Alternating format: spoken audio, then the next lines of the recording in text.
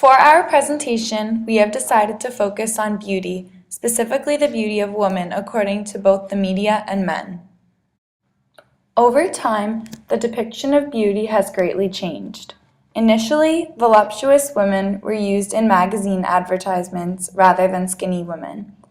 It was also curvy women that appeared in the National Police Gazette in 1912. After this, a calendar was published in 1957, which used primarily thin models. However, they still had voluptuous features. This calendar immediately became very popular. During this time arose an animated picture of a woman that was most desirable at the time. Named the Gibson Girl, the woman introduced new looks such as the flat stomach fashion. However, soon after the calendar and the Gibson Girl were popular, fashionable clothing became shapeless and almost boy-like, designed mostly for very thin women.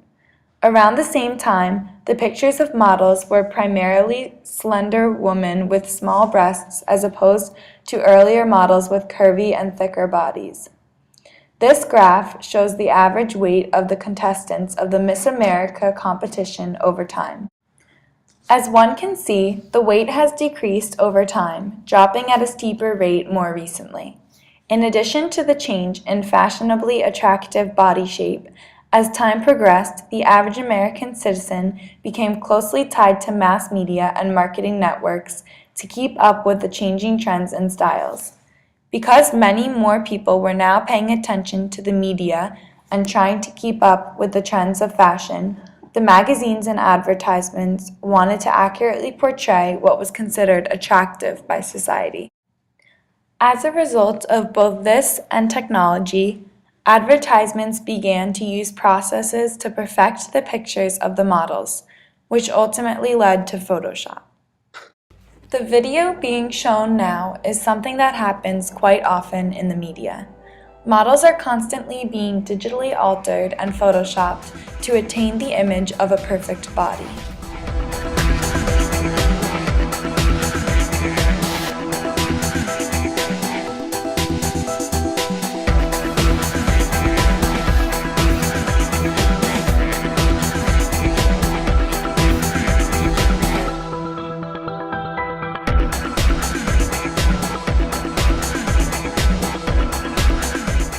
The before and after pictures of this woman are practically different people. Graphic designer Jennifer Lau says, "Retouchers edit everything.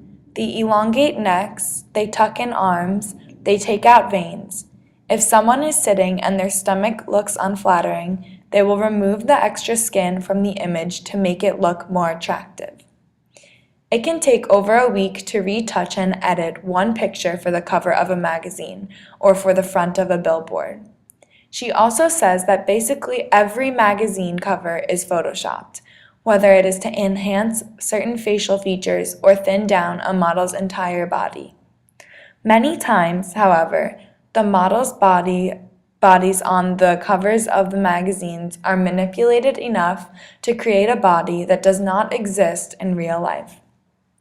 Although this is the case, it still encourages women all across the country to go as far as starving themselves or resorting to other eating disorders. Lau emphasizes the idea that photoshopping occurs so often and so drastically. She also says that after all of the retouching and manipulating of the body, the graphic designers are basically constructing people that don't exist. The perfection on the cover of magazines is essentially unachievable. Photoshopping has not only become a tool when perfecting pictures of models, but it is also used when dealing with famous celebrities. Famous news anchor Katie Couric, singer Kelly Clarkson, model Kim Kardashian, and actress Penelope Cruz have all been photoshopped to look more attractive. All of these celebrities have flaws, but the media alters what they really look like to create a perfect image of them. One actress specifically has been very drastically photoshopped. Jennifer Lawrence has dealt with a lot of criticism from others because of her weight.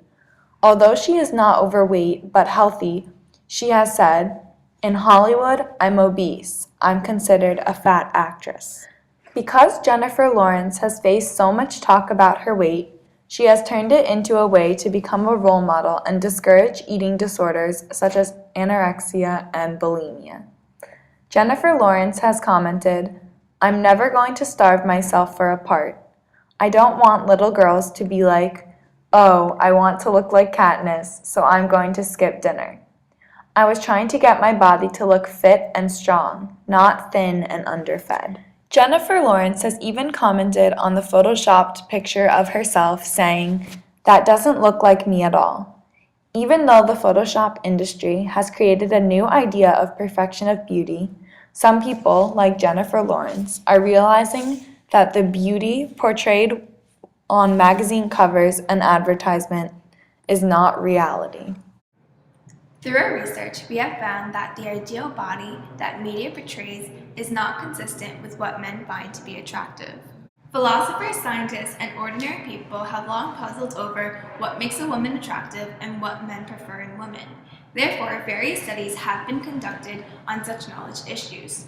Through research, theorists have proposed that face preferences may be adaptations for mate choice, as attractive traits signal important aspects of mate quality such as health. Research observations suggest that partner preferences are in part biological. Although it is largely believed that face preference is related to cultural notions, preferences emerge early in development before standards of beauty are likely to be acquired. Beauty, through research, has been defined to be present in those who possess traits of averageness, bilateral symmetry, and sexual dimorphism, which is feminine traits in female faces.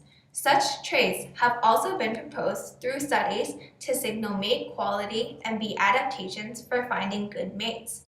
Studies have also shown that people considered to be attractive have, on average, better parasite resistance, physical fitness, reproductive fitness, longevity, less mutational load, higher intelligence, and better mental health. As studies portray, beauty is a way to signal good mates. Men, therefore, find women attractive whom are reproductively fit. Such fitness is displayed through a woman's appearance, such as large hips. In a 2011 study, a group of men volunteers were shown various pictures of a woman whose hips, bust, and waist were digitally altered. The volunteers were asked to rate the images of the woman for attractiveness. The men were found to rate images of the woman who possessed an hourglass shape and a slim waist as the most attractive.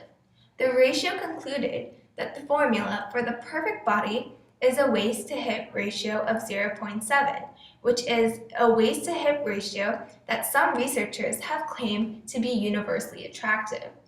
One of the scientists who conducted the research, Dr. Barnaby Dixon, a New Zealand anthropologist, stated that it is likely that the perfect 0.7 ratio sends a biological signal to men that that woman is most fertile and most likely to produce a healthy offspring, no matter what size that woman is.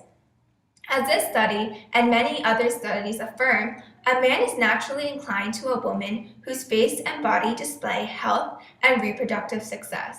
Large hips, a component of a woman whom is curvy, has been labeled as childbearing hips, as large hips suggest greater ease in bearing children. Therefore, since women who possess curves possess a body type most suited for childbearing, men prefer women who are curvy. However, different from what men find to be attractive, media, as previously discussed, portrays women who are extremely skinny as possessing the ideal body type.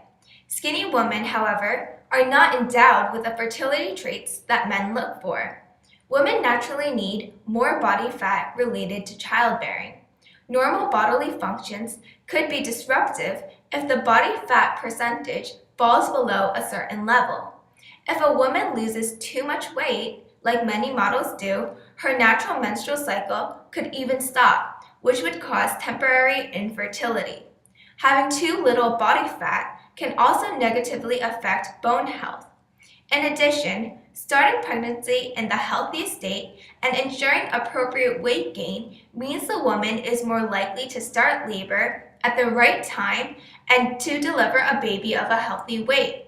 Women who start pregnancy with a low or high pre-pregnancy body mass index faces risks including preterm birth, small or large for gestational age babies, stillbirth, neural tube defects, gestational hypertension, postpartum weight retention, and major depressive disorders.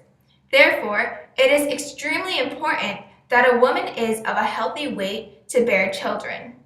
As research shows, it is clear that women who are skinny go against all the reasons men find curvy women attractive, which is that curvy women possess qualities good for childbearing. The skinny women whom are depicted in the media are therefore the opposite of the women whom men find to be attractive. This therefore leads us to a problem of knowledge. If, as the studies conclude, men favor women with curves, why does the media depict women whom are very skinny as possessing the perfect body?